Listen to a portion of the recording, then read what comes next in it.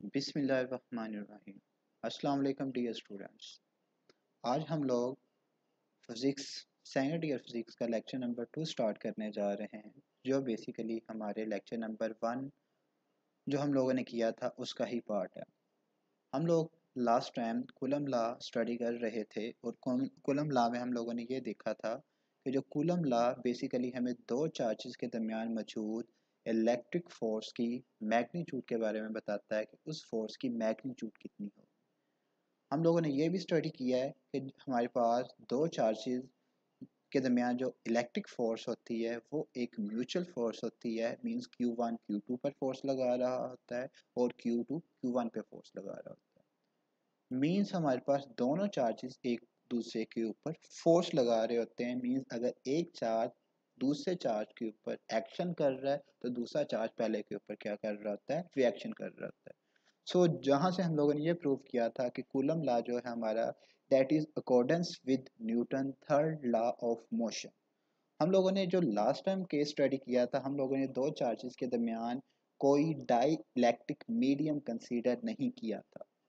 Die electric medium क्या होता है? डाई इलेक्ट्रिक मीडियम हमारे पास एक इंसुलेटर होता है। सपोज करेंगे हमारे पास दो चार्जेस हैं, एक Q1 चार्ज है और दूसरा Q2 चार्ज है। इन दो चार्जेस के दरमियान ये जो आपको ब्लॉक नज़र आ रहा है, ये बेसिकली ये इसको हम लोग इंसुलेटर कहते हैं। और इंसुलेटर जो होता है हमारा, that insulator is called dielectric medium. Experimentally Coulomb ने यह देखा कि जब दो चार्जेस के दरमियान कोई डाई इलेक्ट्रिक मीडियम रख दिया जाता है तो इनके दरमियान मौजूद इलेक्ट्रोस्टैटिक फोर्स वो डिक्रीज कर जाती है by a factor of epsilon r.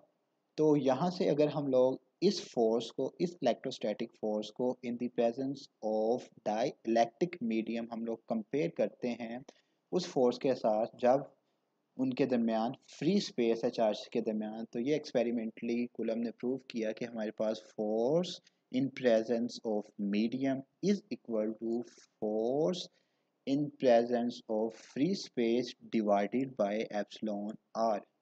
इस एप्सिलॉन आर को हम लोग, ये जो हमारे पास यहाँ पर फैक्टर आ रहा है, इसको हम लोग रिलेटिव परमिटिविटी कहते हैं। इसका एक और नाम भी होता है, इसको डाई इलेक्ट्रिक कांस्टेंट भी कहते हैं।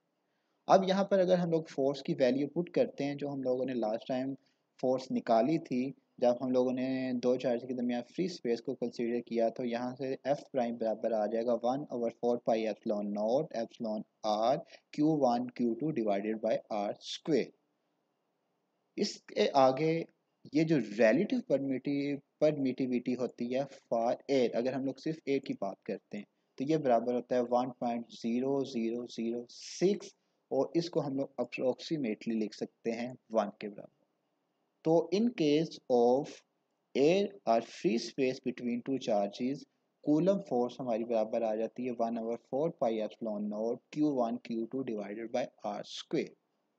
अब हम लोगों ने जो रिलेटिव परमिटिविटी हम लोगों ने जो फैक्टर निकाला है, इस फैक्टर को हम लोग डिफाइन कर सकते हैं। ये हमारे पास बेसिकली रेशियो होती है दो फोर्सेस के दरमियान। कौन सी फोर्स? एफ हमारे पास वो फोर्स थी जब हम लोगों ने चार्जेस के दरमियान फ्री स्पेस को कंसीडर किया था, और एफ प्राइम हमारे पास फोर्स थी जब हम लोगों ने चार्जेस के दरमियान एक डाई इलेक्ट्रिक मीडियम को कंसीडर किया था।